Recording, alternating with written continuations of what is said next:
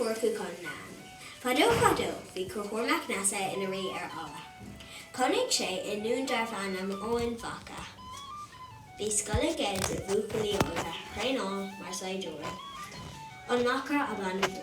Down the cheek conas rea agus eva squal, when she do soid as gatna agus clouta brega, ag immer clihi coga.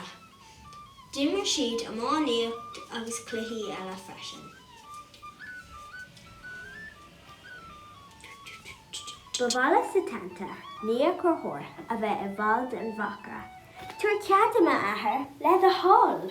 Ceapalór is féad leatdal. Dimig sé ina éinear, agus thug sé a cumán a chlitar agus a sciath leis.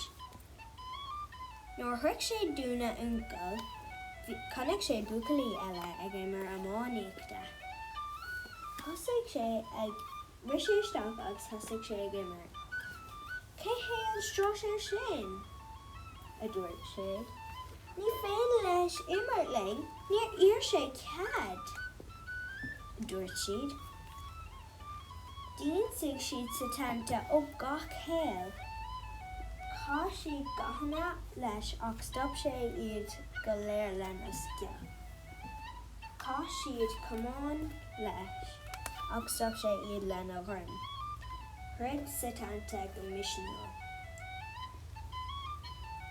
Thóg sé ar bhrianta Setanta go dtí Corhor. Bhí Corhor ag immer fichile le. Ara, is Mistress Setanta the nia, bhbhail bheith sa macra. Cúig an town hart go tapa. Hahaníam an saoil nua leis an macra go leor le Setanta.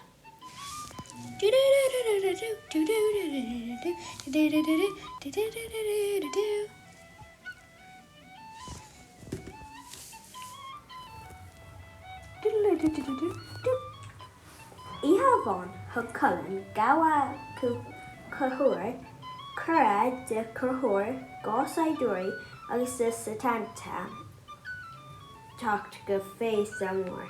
Rinne Corhor darúd a insyn go Chulainn go bhaith Setanta dénach.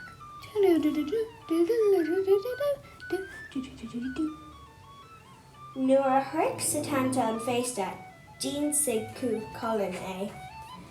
Bhuail Setanta a chlitar lena chumán agus cúig sé isteach I mé an cú. Hís an cú síos marmh ag cosa Setanta. Nuair a chúla sé an Chulainn taobh muir, léon Corhor suas. Setanta, rinne méid darúda insyn go Chulainn go méid Setanta dénach.